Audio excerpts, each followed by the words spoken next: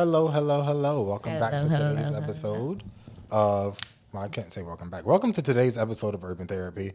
I'm Shane. This is... Money. Money. And today we have a very special guest by the name of... Hi, my name is Roberta Jackson. I am a licensed clinical social worker and substance abuse counselor. We So, love Roberta.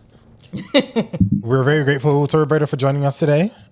She's going to provide us with her expert opinions, not only as a black woman, but like she said, as a certified licensed therapist.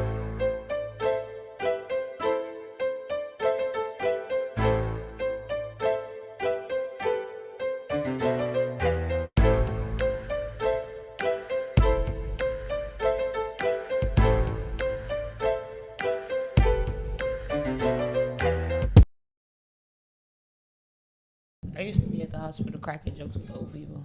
They're mad funny. It's like, I like you. You can come over to my house. My anti-colonial agenda permeates everything. I'm like, yes, I brought my black ass to work today. No. Grand Rising. I love messing. It was one old lady. She's in the bed. This lady can't move by herself for nothing. I just don't like that the standards of professionalism means that like I have to be inauthentic. Like I can't come here and have fun and bring joy to people's lives. And you know, that's why my manager asked for me to come back. Because I am fully myself, regardless Exactly, of... And it's interesting how we're so conditioned to be professional. Like the last job I had, it was more lax. Like we were in the middle of Harlem. And one thing about social workers, it's a profession where can you do the job? Because we know you're going to quit at some point in time. So can you do it? So Empathy it's just, fatigue is crazy. yeah. So like I would come in all different kind of color wigs. Then the clients would name it. It would be, they would name, okay, Tony Braxton, okay. Yo. Like that would be a thing. We had a social worker with purple hair. A lot of the staff covered in tattoos. It's like, yo, can you do the job? Yes. Because no one really cares what you look like in the grand scheme of things. Like, I'm just coming here to do my job. Understandable. As long as these patients ain't complaining and I ain't getting reported, we're good. That's all I'm asking. That's liberating though, because then you can show up to work however you choose to show up. Yeah, it's just, okay, there's a level of professionalism, I think, when it comes to dress as far as how much skin you show. Like Yes. that I agree with. But other than that, I do think that it's steeped in white supremacy and it's steeped in how can we make white people comfortable. The whole the hair rule that they had to add in for... The Hair Act? Yes. No, the Crown Act. The Crown Act. Yes. Like, that's crazy. We gotta have an act in order for me to come to work with my hair done. Yeah. But how it grows out your head, and that stems from jealousy, because then you have the Tian laws from New Orleans. So back in the 1800s, so black and mixed race women would wear their hair out, and then they were attracting white men, and so white women got jealous, and so they went to the leadership in New Orleans at the time, and then that's how they had the Tian laws. So black women had to cover up their hair. So then when black women started doing it, they would do these elaborate wraps with feathers and jewels and all these things, and then Josephine Still Bonaparte getting copied that attention. style, and then now all of a sudden it's trendy. Like it's And that's about right. still... Sounds about still right. Same cycle, yes. Because in New Orleans they had this. I'm probably mispronouncing it, but it's like a placide. It's this weird caste system with mixed race black women who would have like quadroon balls, and then white women would come, and then they would have these women almost like concubines. So these women were allowed to own slaves, have property. Their children were able to get inheritances. And so then, like, that's a threat to these white women. Yeah. Because he can have her as a wife and then take this mixed race woman, have kids with her. And then now if he dies, those assets is now being split up amongst more people. That's crazy. The more you know, because I definitely didn't know that. But it's like, this is history. And like, people are acting like this is fantasy. No, this really happened. And then they're like, oh, Like, well, where what do we you are got today is to a be direct angry result about? of everything that has led up to this. Like, we're just restating the facts at this point. We're no longer telling the story. And now that we get to our generation, it's like, you guys are hard to work with and you guys don't want to listen. Are we hard to work with, or are we not putting up with what you have to say? I take being hard to work with as a compliment, because if I know that you're facilitating this white supremacist industry And I'm not going for it. I'm not going for it. And I'm not going for it. How am I to blame? I'm for very that? black. Because Very I'm black. defending every day, all day. me and my blackness. My bad. Every day, all My day. bad. My blackness, my queerness, all of it. Yes, under Oh, my you're protection. a I'm double up there. whammy over here. I'm up there, and I get Double right. I get whammy over right. here. I talk to Big Nam, like the doctors, anybody and everyone. Anybody that's in a position of authority, anybody that's in a power dynamic that has the authority or power to make change in that environment. Yes, I'm talking to you all the time. Y'all should do an episode on internalized homophobia with black women, because in all of this, you would think as a black woman, our biggest allies are black queer people, but we're quick to dismiss them. As soon as something that you don't like, as soon as something uncomfortable, then it's every slur, you got this, and blah, blah, blah. Like, I was looking at TikTok, the DL Whisperer, like, that went viral. I'm like, and y'all like, no, he trying to put us up on game. Why he ain't talking to you about PrEP? Why he not talking to you about safe sex practices? Like, this is a rebrand that's feeding off your own bigotry. Yeah. Talk about it. Talk about it. You just okay. We might have to change topics a little. We might have to stay right here. Talk about it. We might have to stay right here because we were just talking about how Shane was like, we need to talk about homophobia, but within straight men, and then how they use what did you say to me? What was your exact? I don't remember because I don't be thinking too hard. Oh my God. You were talking about how, like, basically, like, the nail painting and the short. I know the lines have blurred, definitely. Yes. As far as the presentation of masculinity. But I think this conversation is more about the internalization of homophobia. And that's where we can, and in a way, that's very much where we started. It's very much where we started. And we've progressed a lot, but I think the way we've progressed has gone entirely in the wrong way. I think by trying to be inclusive of queer people in straight spaces, not we because I'm not straight, but straight men have kind of started to costume queer culture with the colorful nails and, you know, It's things like, hey, that... I'm an ally. Look at me. Right, Look at the me. short Look shorts, at me. the It's like, femininity. you don't need to paint your nails. You don't, to be for inclusive me of queer people. yes. You don't need to adopt queer culture in order to be inclusive of queer people. Because now when queer men are looking at you and they're like, oh, you're attractive. Then it's like, I don't go that way. But not for nothing. What would make you think that? All due credit. Thank you for trying to accept us into your space. But you took it a step further. And now you're costuming around as somebody from my culture. Like, that's what gay people wear. You know, we dye the hair. We color the nails. But is it that, or is it that men are now trying to express themselves differently because they feel more comfortable? I do. Now, if I see a straight man in like a gay bar and then he's upset that he gets hit on, I'm like, bro, what are you doing? Like this, like you have no business.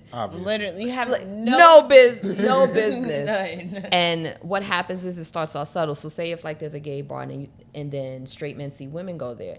Women know if I go into this gay bar, I'm safe around these men. Yes. Right? But straight men see, oh, wait, there's a bunch more women coming here. And then now the whole dynamic is shifted. So if you get hit on going into a gay bar chasing after a woman, why are you getting mad? You can't be. You stepped into not your territory. But like, I think that internalized rage comes from there's no gay, straight, bypass. There is, but I think everyone is on a spectrum. I think there are very few people that are totally, totally straight or totally, totally gay. It's a spectrum because there's been instances where I've seen a woman, I was like, you know what? Ma'am, listen, Like, it can go down. But I think that ties into the nature of language. Language itself is reductive, it's restrictive. You know, when we talk about things, we experience things in transit, we experience things in motion. Once you speak about something, you're solidifying its shape. yes. The experience is not that solid. It's not that rigid. It's always happening. You know, even as we're talking about now is past. Yeah. So our need to define things is what causes these things to be restricted. Like you said, there is no gay, straight, bisexual. Sexuality is really just spectrum. You're attracted to whoever you're attracted to. I feel like that's more of a thing. I feel like because we're humans, everybody want to put a label on it. Like, Because it makes us feel comfortable. Yeah. Like, I'm straight. I'm this. I'm that. No, because if we're being honest, if somebody who's Because let me get a trans mask. I didn't want to say it, but if there's a trans that comes up to you and she's looking good enough and you don't even know. Or And you do know, because some people are trans and then they're just attractive and you can tell that they're Yes. trans, and then people want to act like, oh, that's not a thing. Like, Oh, now you're mad because you're attracted. like it's okay. It's okay. Like, you don't gotta be, oh man, now why would you trick now I me? gotta die because I'm pretty. I tricked you because your body like me. Like, Now I'm the villain. let's think about it. Okay. It's like, what? All right. that is a ball. Wait, is it recording now? I think so. I hope so. I'm getting a lot Okay. of content. This one, right? But so when I worked in Harlem, I worked with adults living with HIV and AIDS. So I had like the full spectrum of clientele, mostly older Black and brown adults. But I've seen everything walk through the doors, and there's that lie that men didn't know a woman was trans. In some instances, that may be the case, but more often than not, it's not. It's when they get caught. Now it's, she tricked me. Yeah. I didn't know. And because men don't want to be shamed by their peers. A lot of times people, when you talk about attraction and what they're into, people base that off what did their peer group finds attractive, and that's what you go for. And that's where that rage comes from. Because you think of like intimate partner violence, violence against trans people. In my opinion, it's this internalized rage where you get caught because you're not ready to live in your truth. There's this deep-seated jealousy and hatred that this person is doing it. Yes. You feel repressed. How dare this person do this? Yes. How can this person live authentically like this, and then I can't? And then now we did the do, and I got my own little theory about that as far as like safe sex practices. I think a lot of people who are in DL who don't practice safe sex is because like to just say, hey, we fucking, right? You're not thinking about, I just stuck it in a hole versus putting on a condom. It's like once you put on that condom, you are now making a conscious decision to sleep with that person. Yep. I think psychologically we do little things to make ourselves what's oblivious. It humanizes the crazy experience. That you say that?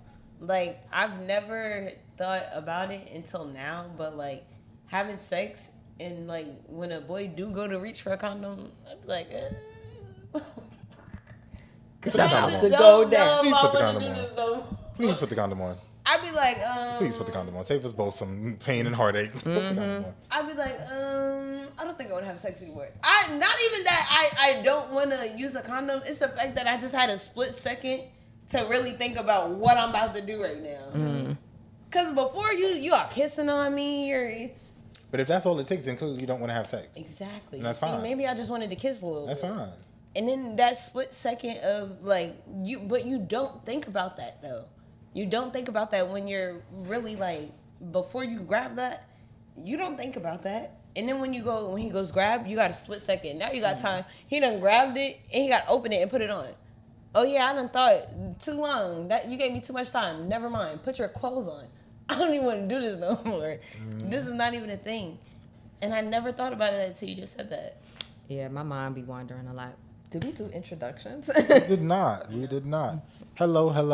Welcome back to today's episode of...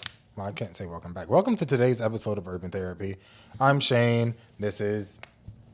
Money. And today we have a very special guest by the name of... Hi, my name is Roberta Jackson. I am a licensed clinical social worker and substance abuse counselor. I So, love Roberta. we're very grateful to Roberta for joining us today. She's going to provide us with her expert opinions, not only as a Black woman, but like she said, as a certified licensed therapist. Today's topic was going to be reparenting our parents. Yes. But in the group of us talking, we kind of caught a vibe, latched onto a conversation, and at some point we started speaking about internalized homophobia. Right? Yes. So one thing I noticed, so let me just give you really briefly some of my background. I am a licensed clinical social worker out of the state of New York. So for about 7.5 years, I was working in a not-for-profit in Harlem, working with Black and brown older adults living with HIV and AIDS. So in that process, I had to address a lot of my own internalized homophobia with some of my interactions with clients and address things. And this is something that's been going on in our communities for a long time. And a lot of it is steeped in internalized white supremacy. I think the idea that in order for us to be taken seriously, we think that we have to be seen as more palatable to the majority. And then we push out our black queer siblings. And we shouldn't, because those are our biggest allies. Because before someone is queer, they are black. Yes. Like, before I am straight-ish, I am black. Like that is something first and foremost.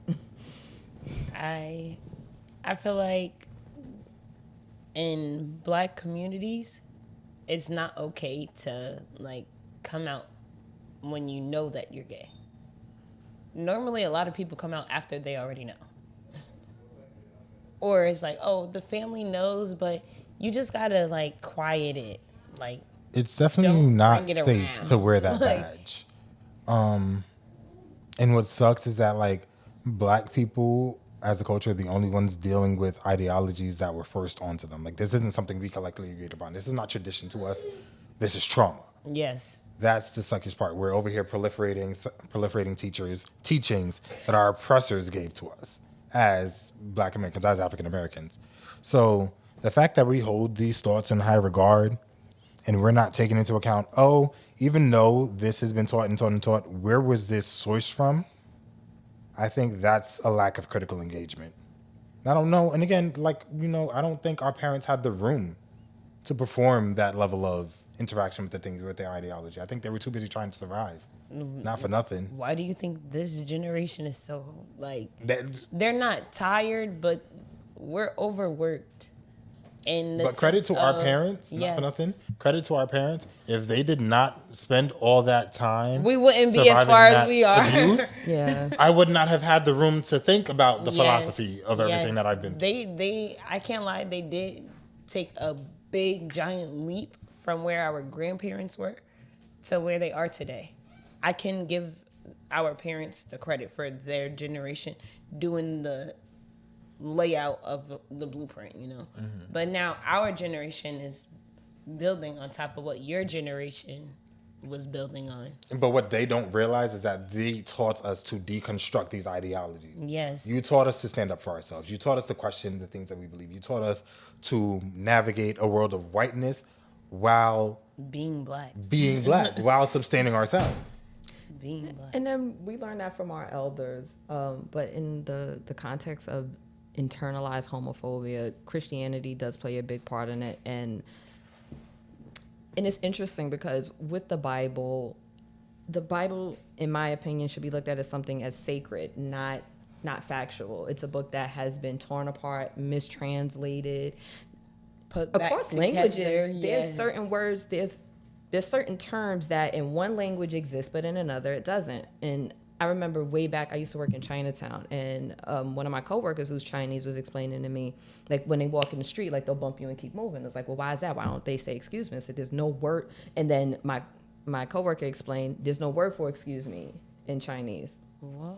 It doesn't, it's not a concept that exists. So if we're looking at it from that, and there's probably things when the Bible was first written, when you translate it into other languages that are going to be, that's a mistranslation, that's misconstrued. And also, people don't want to be exposed to things that make them uncomfortable. And then people look at queerness as something that is inherently deviant, and it's not. Not when it's two consenting adults, then it's not. But we have this ingrained idea that someone who is queer is now somehow deviant. When They just exist. Literally. It's just the minding your centering. business. It's the centering of people who are stronger in the dynamic in order to ostracize people who are not like you. Like, if you're being oppressed as oppressed people, when you're taught that this thing that's different from you is villainizable and is you're able to demonize it, you get a leg up in the world. Yeah. I feel a little better because Now you're comfortable. you're a leg beneath me. Yeah. And I feel like if our communities were a little bit more intentional, we wouldn't fall for things like that. You know what I'm saying? If we were a little more intentional about the love we give, about our communities, about the relationships we build, you wouldn't care to have to put somebody beneath you. You're asking people who It's not a don't lot. know how to love It's not a lot, though. They didn't get loved, Shane. Neither did I. You're asking our parents who didn't get the proper love from their parents because, as you just said, they were surviving. I was trying to find this. There was so much going on.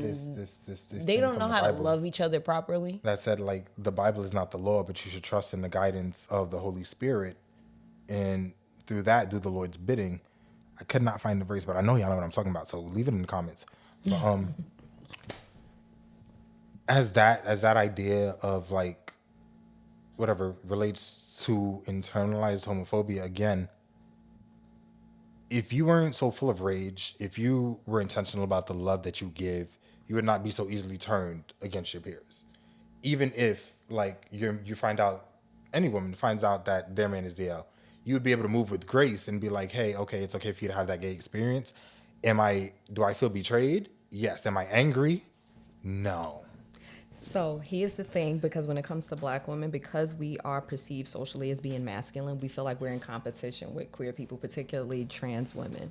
We feel like there's some kind of back and forth competition. And so when I worked at my last job, we had a number of older trans female clients, and if I was single working that job, I'd be a freaking menace. The stuff that those ladies would put me up on, I would have been a menace. I would have been a menace if I was single. All everything. Of that.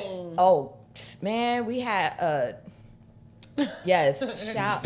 I'm like, don't be reporting. I can't give no names, but man, they put me up on game. But also, I think because there's this combative relationship between Black cis women and Black trans women, anyone who feels like they're being attacked, they're gonna bark back. Yes. So there's been instances where, and I'm only speaking from my experience with me and older trans women, it's been nothing but love. It's very much like auntie and niecey kind of relationship outside of the professional dynamic. Mm-hmm. But with younger trans women, it was a competition because they didn't know me yet. All they're going off is, okay, there are other experiences with Black cis women that were not safe. I don't know you yet to be safe. Yeah, so we're not even about to joke like this right now. We're not. You could be in competition, and women just in general, we think like we're in competition, and that is because you know how they talk about us being crabs in a barrel, right? Mm-hmm. I don't think that is to be true. I think what happens is when we get betrayed by one of our own, it hurts more because we never saw it coming. Also, they always talk about crabs in a barrel. Who put the barrel in the first place? If you put something in an environment that it is not used to, it's going to act out. Mm. Yes. So I think we feel that hurt more when it's one of our own, because in marginalized groups, we tend to function as a collective group. Like we do things together. White women are kind of brought up to be in competition. Like you gotta get the man, you gotta get the job, you gotta do this, you gotta do that. That like that one-upmanship. We're not used to that. But if we are forced to operate in this white capitalist society, we're gonna pick up those things, and that's gonna trickle down into our other relationships. Because we're forced to navigate. To be in America as a Black person, you're forced to navigate in a space that isn't conducive to your spirit. Like, just being Black is hard. It's crazy the intersectionality of this, because I'm listening, and even though like originally you write off like the trans misogyny off as just like an attack on trans people, but I'm listening to you and knowing that Black women are so often defeminized, like you have to move a certain way in order to What did you just say to me in the car? Be more of a girl. Right. Like, I understand. My bad. My bad. I understand, but, like, the fact that you have to move the way that you move in order to cement your femininity, I can understand why you'd be so defensive about your identity as a woman, especially in spaces where trans women are there. I think that's the conversation that we should have in a public forum, because trans women are taking it personally, like, oh, I'm not a woman whole time. This is a made-up identity. So why can't I join the made-up club? You know, when it really is a factor of who you are. Your identity as a woman, especially the fact that you have to defend it in the ways that you've had, is a pillar of who you are. So I don't know if you've heard of her, Dominique Morgan. She's an activist. She's a trans activist on TikTok. And she said if the way Black women the way women gatekeep womanness. If Black women if we were able to collectively do the same thing with inviting people to the cookout, we wouldn't even have these issues. The way gatekeep that, like, it's like, oh, don't call me a sis, nothing. And mind you, this is just like it's just a term, and I'm only speaking for myself. Another woman's existence, trans or otherwise, doesn't affect me. It doesn't affect me. Like, we can both exist in this space, and we're not in competition with each other. And her existing is not an attack on my femininity, because whether or not this person exists, this society is going to hyper-masculize or hypersexualize me anyway, whether or not this person is here. But our blackness is, I'm trying to say, is like the way they be inviting people to the cookout. As soon as somebody do something, they be like, oh, that was Black worthy. They could come to the cookout. But you're not as willing to accept that trans person in the space for women. In the dark, be talking about N-word this, N-word that, N-word this, N-word that. You gonna talk about that? Oh, you come over and be a Black, but you can't come over and be a girl with us. You can't sit with us. Like, understood. No. Understood. We not doing that. That's it is what it is. We just saying hi to our fans and the bad guys. No, that's team production. They keep us alive. That's a lifeline. They be doing their thing. Thank you for inviting me. I love Roberta. Roberta, I have a question. I didn't know that you do substance abuse too, right? So, how do you feel? This is off topic.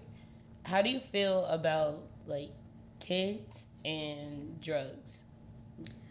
As far as them using it, or so right now, I'm giving you the whole layout. Okay. My little brother, right? He's been having problems with weed. My mom he's been on punishment. He's been stuck in the house. He don't got no door. They done took the game. They done took the phone. Like, they're doing everything a parent can do without whooping on him. Yeah. Like, as much as they can. But it's like, whatever he gonna do it still. So what would be your advice to navigating with that? Well, one, we need to stop dismissing marijuana just because marijuana is legal. It's still a drug. It is a depressant, and it's still addictive. And first things first, because with the legalization of marijuana, people kind of treated it like a free for all. It is still a drug, just like alcohol is a drug. You can die from alcohol abuse. Yeah. You can, depending on how often you use, you can't just quit cold turkey. Like, you have to detox. You have to be monitored by medical professionals in order to detox from alcohol. Seen that, and that looks bad. Dealing with those people, they're mean by withdrawal. Like, it's not even their personality. Withdrawal is painful. It's the withdrawal. Like, they can't handle it. So the only way to deal is to be crabby. It's to be snappy. It's to be rude. It's to be angry. It's to feel all those emotions out loud. And sometimes it's a lot to deal with.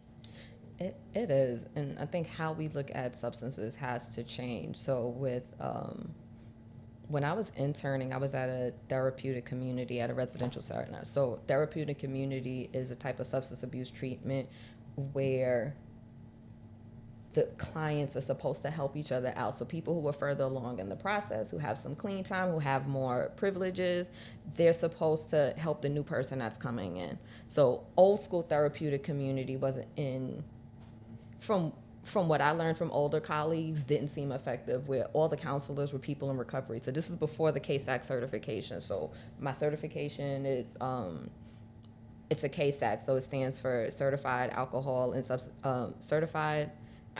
Dang it, I don't forget. It's a CASAC. Certified Alcohol and Substance.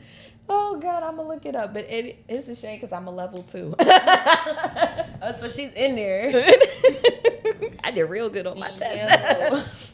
But so that credential was created for those people working in substance abuse counseling to get clinical education and knowledge, because you have to take a course, requires college credits, it requires thousands of hours of supervision and client hours.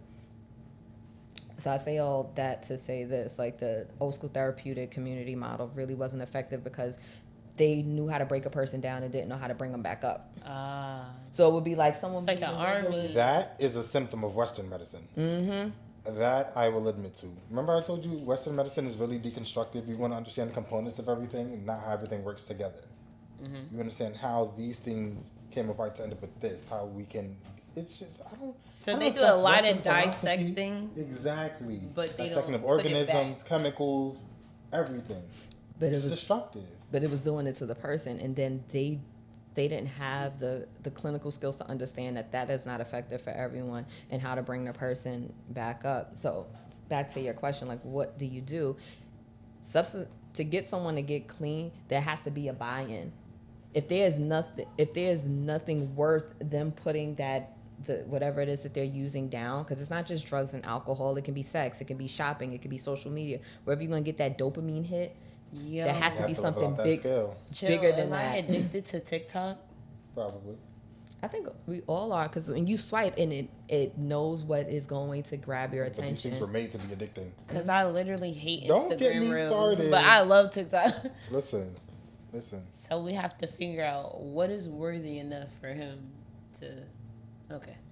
But mind you, the substance use is just the symptom of a bigger issue, because people use to forget. Hold on now. Wait, okay,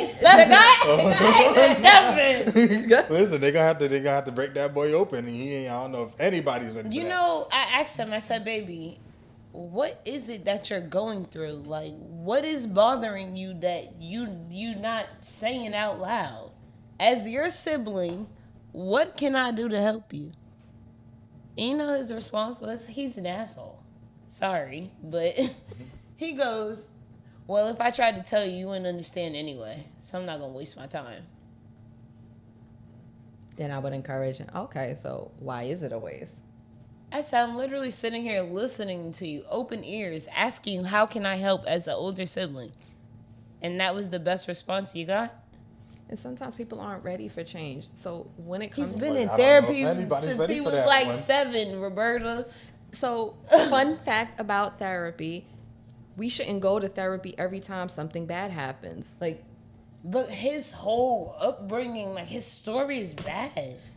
right. And He needs it. And sometimes, you have to find the right therapist. Just Right, because it's not someone is a therapist, one-size-fits-all thing. it's not a one-size-fits-all. Like, I've worked with clients where, we do a few sessions in and the person realized, you're not a good fit for me. And that's fine. And other people, it's like they won't let me go. Listen. I had one therapy session my whole life. Her name was Dominique. Dom, if you ever see this, I love you, sis. I'm sorry my mama walked out the session. Yo, I see my therapist. He lived down the block from me. Oh, you so I'm like, I'm gonna ring his bell. Don't do that. I need to sit on his porch. Like, listen, please.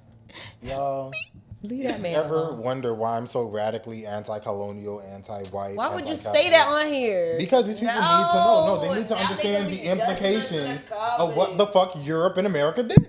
Like, you see, we're dealing with the remnants of the opioid crisis. We're dealing with drugs. We're dealing with internalized homophobia. We're dealing with racism. We're dealing with misogyny, trans misogyny. And it ain't us, bitch. We didn't make the rules. It ain't us. I ain't set this shit up. It's dumb people. The fuck? Whole time, all we here to is live and let live. Like, take no shit, do no harm. It's that simple. We're kind of way past take no things because they've been to us. Yeah, but that's them, Whole time, we just trying to live our good life, for real. That's just really all it is. But the use is just a symptom. Like, that's just the result of other stuff. And even if someone has been through, went through therapy for years and all of that, sometimes people need a break and need something else. Like, therapy isn't the end-all, be-all for mental health treatment. So the kind of therapy that I practice, I use like a little bit of everything. Like, it's a little bit of cognitive behavioral therapy, didactical behavioral therapy, which is more Western focused, but then I also do somatic work. So like using your body to help self-soothe. Do you take like your family, like one? No, that is person? unethical. So Armoni is my cousin. I want to tell on these people.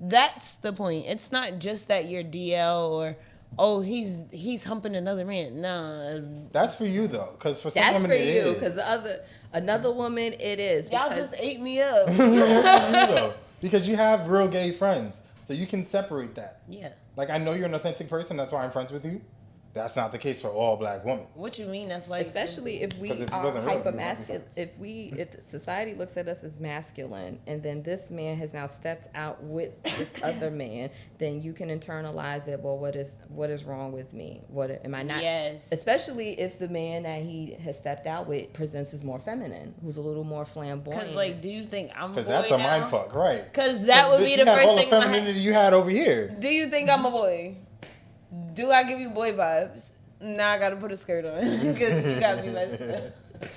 But no, it's unfortunate. I think I feel some type of way because, like, growing up, I really used to get that, like, Money, you strong as hell.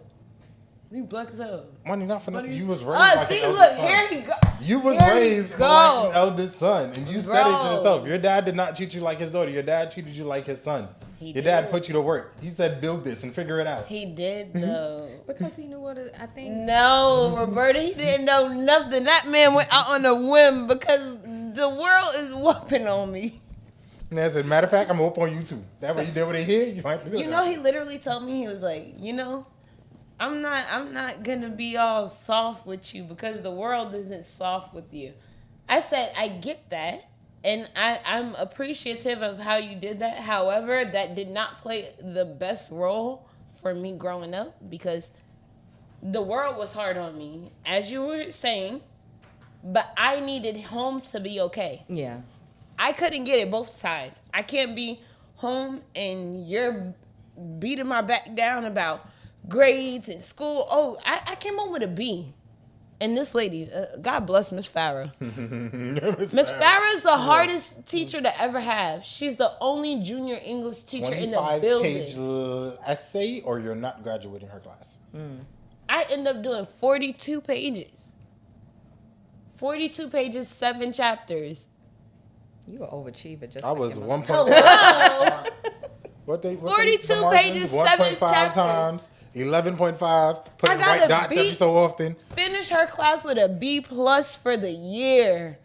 I'm in there praising God like, thank you.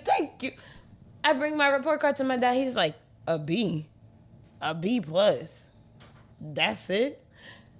Whole time in any other class, that's it. 121. That B It's a A+++++. was worth a A++. Like, is you kidding me? So this is where you have to reparent yourself. So one thing we don't talk about enough is when people have children in their late teens, early 20s, you're growing up with your kid.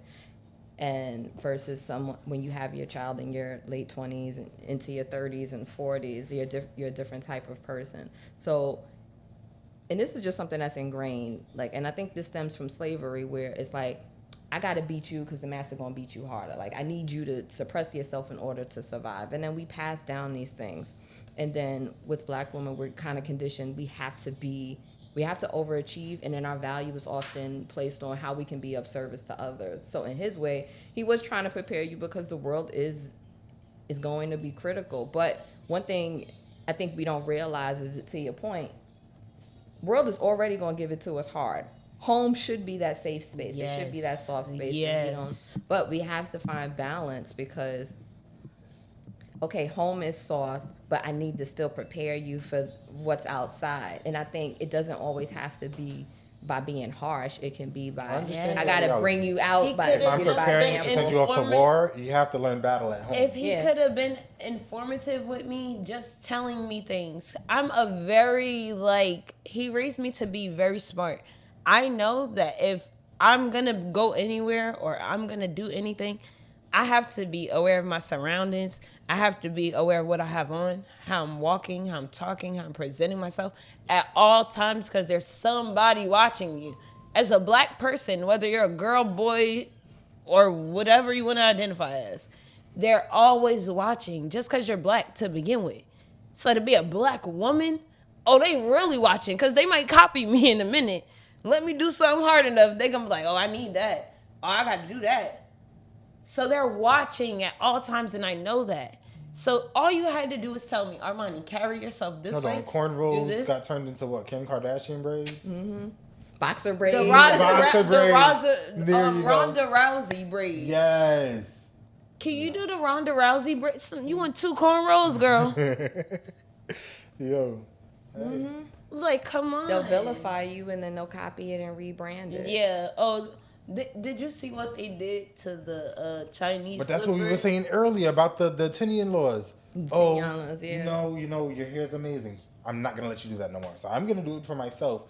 And now you're gonna come up with something alternative that is just as creative, just as beautiful. They just did as that with the explosive. Chinese slippers like last summer. They were on TikTok like, oh, these beautiful floral spring shoes. Please, my grandma had me with every pair.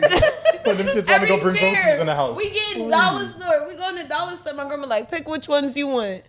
Oh, Graham, which ones I want? And you could get 2. Mm-hmm. Oh, you got money. You got money. I may be telling my age, but I remember party flyers, and they would say on the flyers, no Chinese slippers in the club. Yo. Never, ever in my life have I seen Like, those. please. I love me a good Chinese slipper. I just used to be mad when my junk started breaking. Like, that's the only thing you have to worry about. And you could get them in any color. Yo, $10, and you go to the beauty supply store, you be set for the summer.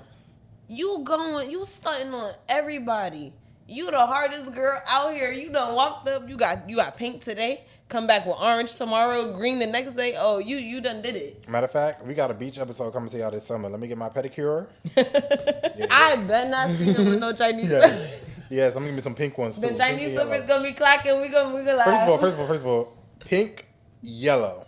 You ain't never seen nobody do it like that. Yo, they gonna copy him. They gonna be like, look at this spring fashion. But I think because we already know we're going to get copied and we're always being critiqued, you have to live in joy. So what I try to do myself is like, how am I going to experience Black joy for today? So yesterday I ordered mushroom coffee from a Black-owned brand. My mama drink that. Yeah, like I love my mushroom coffee. So it was Kiara Lachey. She used to do the YouTube workout videos back in the day. She was on Wife Swap. With the dude named Tombstone, and whose wife was like, "Oh, I want to be a housewife," but all she made was frozen meals. Yo, frozen meals is crazy. Frozen meals, talking about, "Oh, I need to take care of everything in the house." Was that when she came and he was like, "This is good," and they were using hot sauce? Yes, because she was vegan. Kiara is vegan. So I do little bit of things that bring me joy, and also just being my authentic self. People are going to critique me, so why should I even add on to it? It's going to happen anyway. You live in joy, and I think for me, one of the ways to get back at white supremacy is to live. I was just gonna say, be radical about your joy. Yes. Live in joy. Every act of joy is an act of rebellion. You see how they mad about the Black Every kids act of graduating and dancing? People in the comments, oh, this is Black fatigue and blah, blah, blah. And the fact is, and I revel in that, like, yo, my joy is irking some racist off because I am a consistent reminder of their failure. They had everything rigged in their favor. And how dare this bitch be where I should be? You know, sometimes I don't know where to sit in conversations like that, though. Why? Because my boyfriend is white and Black. For the rest So of I us. don't know how to feel. I don't know how to feel about that because being with him, I got to see that, okay, maybe these white people ain't so bad, but just your white people ain't bad. I definitely don't it's say like- all white people. All white people are not bad. It But- isn't white people, it's white supremacy. that It's part. whiteness.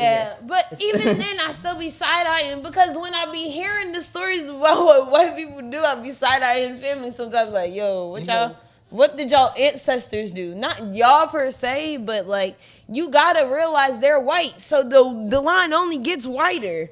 Oh So my what happened? Like, what happens if we do a 23andMe and your granddaddy owned my granddaddy? I ain't going for it. Like, what happens in them scenarios? It scares me sometimes. So sometimes I stay out of the race conversations because I don't want to have to choose a side, and I don't know what side to choose. I'm like, I don't really think if there's a question about sides, I think I mean, I'm gonna choose my Black people for sure, but it's like, dang, like having a family, like, what do you do then? My man is white. Thing I will give you about Ryan. If you have this conversation with Ryan and you explain to Ryan that as a symptom of his whiteness, he is afforded a responsibility to undo everything that whiteness has done to us. But that's not fair. It's how not can fair that one because I'm person black. undo everything that all the white people did? Hold on. 'Cause I love reading. I do because I'll be seeing quotes and I'll be like, damn. Yo. Damn. Like, I'm not trying to, like, dull his whiteness or anything, but it's like, you need to up your blackness, too. Because you're white, but you're also black. So I need you to always remember that when you say anything and when you do anything. Remember that you are also black. You have a black girlfriend. And in the future, you will have black children as well. They won't just be white. They will be black, too. So you have to be... somebody who claims to be pro-black, as a black liberationist, listen to this quote. Do not be daunted by the enormity of the world's grief. Do justly now. Love mercy now. Walk humbly now. You are not obligated to complete the work, but neither are you free to abandon it. If you claim to be for the people, you have to do the work. The work don't stop. It don't stop. He's not wrong. It don't stop. Do you have to solve it? No. But that don't mean you get to stop working on it. I can give him the credit of knowing his black history, though. Because you got to give it to Rye. You're a little historian. If he don't know something, that man knows history. So because of him knowing history, I don't ever let him forget. You're black and I'm black. You're black and I'm black. You know history. You know what the white people did. But you're also black. Don't forget that. So when you say things and when you move a certain way, take into consideration your blackness. Don't forget that part. Don't leave that part out. We had a big thing about voting. We were arguing about voting. I could have killed him. What did he say about voting? He said it was unnecessary. He was like, why do I have to vote when my vote doesn't matter anyway? I ought to rock this world in that room. What do you mean? I said, Ryan, I'm black and I'm a lady. You got sisters. They're half I'm like, black. these politics affect me the most. And You don't got care. a niece. You're going to sit in my face and tell me you don't care about how these politics affect Voting black is women? important because if it wasn't important, we wouldn't have But to be we wouldn't first- have states trying to restrict access to voting. Yes. Even though our current president did admit to a crowd of people that he rigged the election, but oh, can I say that? But he did say that. Listen.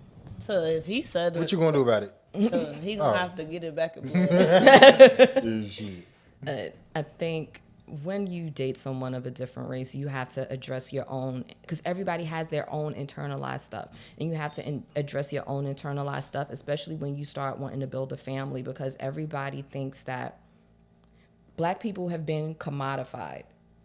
We're not totally seen as people. Nope. Where it's made into icons. Yes. You want the That's how you get the you want copy the hair, paste. you want the legs, Yep. you want the body, you want all these pieces of us, just not on the actual black person. You want Everybody the want to be entertainment. black until it's time to be black. Gonna be Hormone- dissecting all these hormone, aspects yeah. of blackness, but you don't want black people. Yes, everybody want to be black until it's Time to be black. You want to be. You want the hair. You want the nails. You want the fashion. You want the clothes. You want all of that stuff. The lingo, them But niggas. you don't want the problems. You gotta take both, babe. Grab them at the same time and walk freely. And when you date someone, when you're a non-black person dating a black person, that's something that you have to address, and then it's uncomfortable. And you gotta do that work if you really love that person, because sometimes they don't. And I was having a conversation with a good friend of mine who she only dated black men. She's married to a black man. They have children together. But sometimes she could be very bossy, and she's not realizing, okay, her whiteness, which is a part of her personality, is coming off, and then her husband is reacting to it, and he's articulating that, and she's just kind of like, nah, you gotta sit with that for a minute. Yeah. And also, because black people are commodified, we're also fetishized. So you have women who feel like they have tamed this black man. They have tamed him. We can handle this person. Like it's like taming a wild horse. Yeah, like you got a dog or something. And you feel that, especially, and if you are, and then you have people who have, because they never address their own internalized anti-blackness, they feel like they're in competition with the. So it's like if a a white woman never addressed it. She feels she's eternally may feel like she's in competition with black women. And so when she gets a black man, she has to feel like she feels like she got one up. She got one up. Like, I'm the one who tamed him. I'm the one who especially if he was a mess and she got him together. You know, part of me be like, I'm black, but the black people don't like me for real. Cause growing up, bro, they used to say, we were just talking about it earlier. Mm-hmm. Like, part of me doesn't accept that I'm all the way black because growing up, they used to be like, oh, well, you like that and you like this. You're an Oreo. You're a white girl in a black girl body. Like, what? But you're better than that, Moni. What? No, but it doesn't matter if I'm better than that. So are they. You can't speak for that. For them to invalidate. I know for a fact that you are better than me. Listen, for them to invalidate my blackness, no matter how old I am, it doesn't make it okay. I didn't say that. And because it happened a lot more when I was younger, before even getting to know that I'm fully black and what that means for real, that did play a big part in how I looked at myself. Like, remember, I just told you, growing up, Moni, you mad strong. So now in my head, I'm a manly black boy. Like, now I got to carry myself as such. Like, it wasn't okay. Like, it was hard. It was hard to do. Mm-hmm. It was hard to accept being fully a black girl. I'm going to cheerleading practice with these white and Spanish girls. My friends coming home, they like, oh, you was with the white people again? Like, bro, chill, I'm with people. Why you gotta say white people? Why you can't just say I'm with people? Because I'm with Spanish people. There's one more black person on the team, but I'm with white people. But Moni, your sense of self, at least at this point, is so strong. I would not expect you to change any part of your no, but that's the problem. You think because I can walk around and understand who I am that I'm comfortable with it. Those are two different things. Being comfortable and understanding are very different. Because I understand that I'm a black woman. I understand that 100%. Do I always feel comfortable as a black woman? Those are two different things. Because no, around black people, I don't always feel comfortable. Sometimes I don't be thinking I'm black enough. I'm like, make you less black, though. But that's how black people do it. Black people like, but you have to look at me and see that you're not alone in this experience. Bro, yes, but you understand me because you got the same outcast. But I'm black as hell. Like, ain't nobody taking that from me.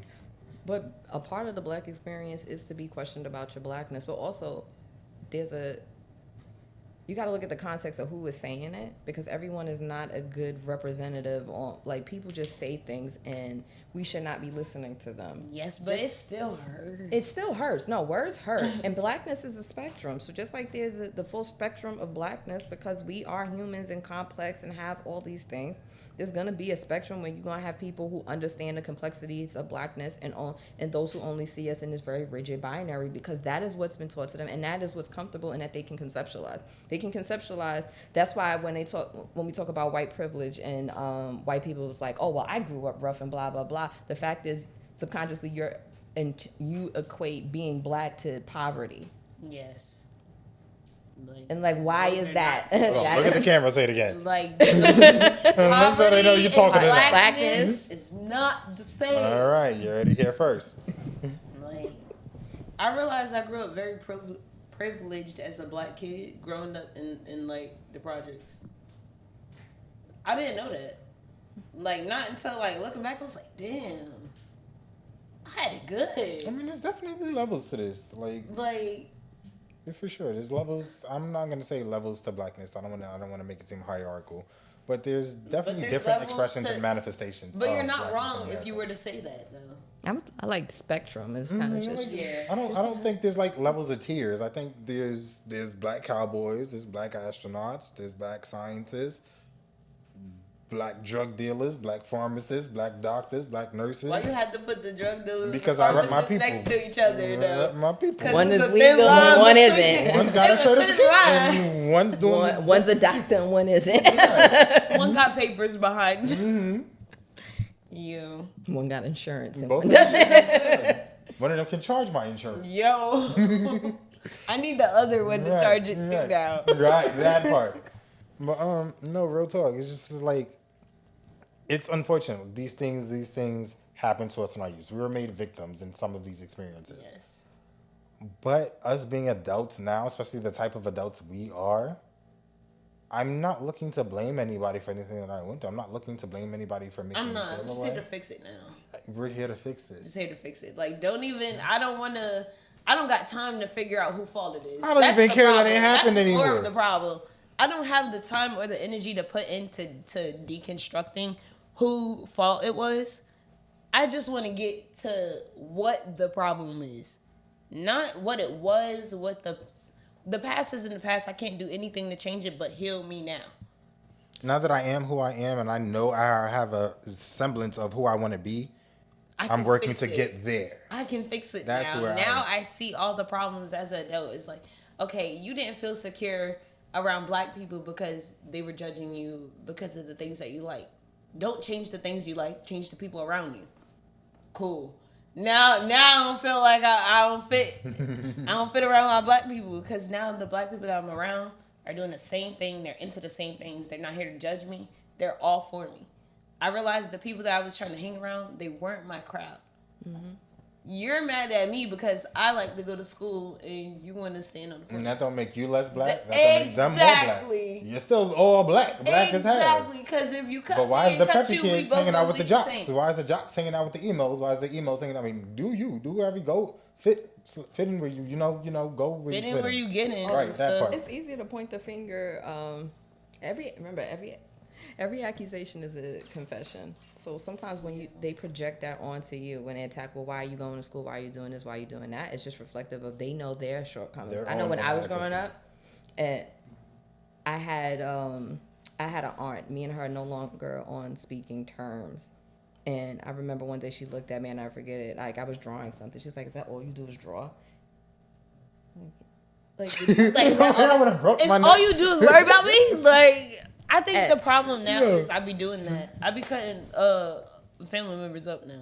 Yeah, there's a gif like that. Right? I will tell you about yourself. Don't invite me to Thanksgiving. There were several things that happened between me and her that led me to cut her off. But it was, and now as an adult and as a social worker, you start to realize things where sometimes they project things on you because they know their shortcomings. Mm-hmm. When someone isn't smart, when they're around smart people, they know there's a difference.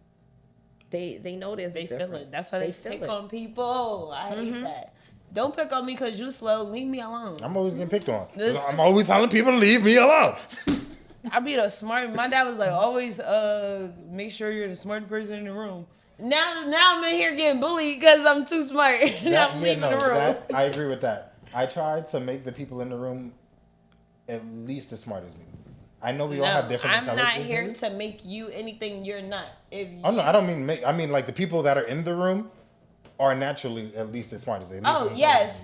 You hang around your feathers. Exactly. Yeah. You know, you have an intelligence that far supersedes mine. Tykill has one. There's people. The people that I keep around are better than me in a lot of ways, and I do that so that I'm challenging myself to grow. Like, you know how every time I'm coming to you with an idea and I don't like what you're saying and I'm holding that space for cognitive dissonance because I'm like, the logic of what you're saying makes sense. I don't like that I have to hear it. He's always looking at me. He be like, his eyebrows get to going. I'm like, Shane, it doesn't matter because I still said what I said, and you know I'm right. And I'm like, I know I need to hold space for this thought. So I'm gonna listen to you, but fuck you right now. When I'm done processing this, we'll continue this conversation. And he comes back, he's like, well, I see where he was coming from, and that wasn't wrong. Like, you just don't want to sound right so bad. It's different. Like, if a thought makes me angry, then I know at the principle of it, no, you're wrong. Mm. If I'm having trouble just holding space for that thought, it means I need to expand my cognitive process. It means I'm not understanding where you're coming from, and I have to facilitate that understanding. How? I don't know yet. Yeah. But I have to hear what you're saying. I have to make it make sense for me. You know what I heard? There's a quote. It said, if you lose motivation around the people you hang around, you're not in a circle, you're in a cage. Mm. That stuck with me really bad. I told you, I'm like, ever since I started hanging around you, I feel that I've become more authentic. Because not for nothing, the way I was moving before, I was moving as a retired people pleaser. I would only operate with the room in a way that I was like manipulating the energy. I would never provide my authentic self. I would never give people the space to get to know me because it would be unsafe. Who knows what people are going to do with that? And I think especially with you as a queer person, that's something that you have to be hyper aware of. Yes. I do. Thank you for seeing me because people don't talk. I don't have a lot of gay I'm friends. gonna buy you a little sideburn for right here, bro. my little strap. I don't have a lot of gay friends, so most of my friends don't see that. But like, it's true. It's true. I'm like, not only am I black, I'm gay. I have to navigate these spaces. I have to make the choices for all of us. Yes. At a level. So I'm like, when I'm with my bestie, I don't have to do that. I get to be my authentic self because I know he has my back. I know that I'm safe around him. When I'm with you, I know that I'm safe with you. But when I go into spaces, especially going up in the hood, I be shutting the fuck up. Because sometimes that's the best choice to make. Sometimes you gotta butch it up. People get very, very reactive. Put some bass in my voice and be like, Ash, I don't mean to put you in the podcast or nothing, but you know how in the woods, you know, they be rough and tough out there sometimes. Kerrywood's a little, they be doing too much sometimes. They just be a little bit ghetto, you know. So Shane, he goes, you from the woods? I'm like, yeah, born and raised. Like, I be out there, I be in my hood. Especially coming up, you know, this next month, June, they having a Father's Day cookout. I'm like, yeah, I'm going. He's like, you won't see me in no. You won't see me. I'm like, yo, you want to take the ride with me to the woods? No. You won't see me in the woods. No. Every the woods time ain't got I nothing bring for the me. woods up, he's like, you The won't woods ain't got see me nothing in the for me. woods. Why am I there? No. I'm not But- from Jersey. I don't know about the woods, and I'm The just like, this woods just seemed like a the bad woods idea. is nothing bad. Real life. The woods born everything bad. Now Everything half bad of them came in from there Curry is Woods. gay, so it don't even matter. I don't You believe might that. find you a new man. I don't believe that. Last time I went to the woods, somebody told me they was gonna shoot me. I ain't going. How long ago was I that? was in high school. I don't give a damn. Exactly. And what was you doing to them? I was doing nothing. You was saying something. You I was- had to say He something. was cheating on the girl, and I told the girl. That- The girl is my cousin. I had a responsibility. You see? No, you didn't. Yes, You I could've- did. From the woods, mind your business. See, that's why I shut up now. Exactly. I ain't doing it. Yo. He said, I said, yeah, you go to the cookout with us? He said he won't see me in the woods. No. I'll be waiting for my plate though, but I ain't going. I tell you every time I'm I'll be never waiting bringing for a my plate. plate back from nowhere. That's okay. Should I go get me? He a gonna plate? say, y'all went to Red Lobster yesterday? I said, 'Cause I'm yeah. looking at He gonna location. say, you didn't bring anything back for me. I'm looking I at would location. not. They told me they was going to Hook and Reel. I'm like, first of all, why I say she's 6 miles away? Listen, Hook and Reel. We got to the, is that way? we got to the light before Hook and Reel. We like, let's go to Chili's. Just Ew. turned off. Then we get to Chili's. We just want the flight, the margarita flight. How you pick? Cause we just wanted a margarita flight. And That then was we, it? yeah, right? So why would you even go to Hook and Reel? Cause we was gonna go for their happy hour. Oh, okay. Yeah, they be having half off their drinks. I'm like, Hook and Reel, I could catch the light reel. I can meet y'all after the gym. Yeah, and then I was gonna text you like, Yo. yo, we went all the way to Chili's. Then we got to Chili's. We walked in Chili's. Everybody, there was like 8 people at every table. Even the tables with 2 people supposed to be sitting, it was like 8 people. I swear, like, I kid you not. It was so crowded. It was nowhere to sit. We like, bro, Red Lobster next door. We're going over there. Got some crab legs. Not for nothing though. What's our time, man? You want us to hurry up? 1 hour, 9 minutes. How much more you want? I mean, they gotta go soon too. Nah, I'm about to drop Nas off, but I don't think they're trying to go nowhere soon. Okay, so we're just gonna cut that out. Yeah, That being He said though, always help. unless you want to do 2 episodes, like stop this one and then just start a new one. well, that's what I'm like. We've It's had a okay. lot of. There's a lot of. I mean, according to y'all, these mini segments that we get from these conversations is gonna last us a while. And I feel like we spoke about like 3 topics here. Did you go on your parents' head? We did not. Yeah, that'd be a whole nother episode. Meat and potatoes. Yeah. So we're gonna wrap this one up and then start the start How part do 2, we- introductions and all that. You know, I don't think we ever wrapped up an episode. Oh. We just be talking and talking and talking and then stop talking. Like, I like telling people to be belt to ass. So no belt ties. belt to ass all day, every day this summer. All right. I hope the work of your day passes through your hands with ease. Shout out to his motto. I'm still in that. And peace out. Bye. What was his motto? The lady who taught me, if you was listening, I referenced her so many times in the past 2 episodes. Oh, from New City. No. The podcast lady. Oh, My from the pro-black very friends. first one. Yes. Throw back to the first reference. Yo. All right, y'all. We done with this episode. That was like Peace out. 7 Say episodes. bye to the people. I said bye. Roberta said bye. Say bye. Peace Bye. out. All right. Eric, come shut the cameras off. They're just watching me.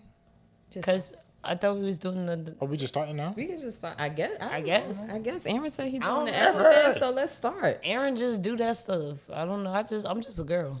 Go ahead, y'all. This y'all show. I'm gonna stop this. Yeah.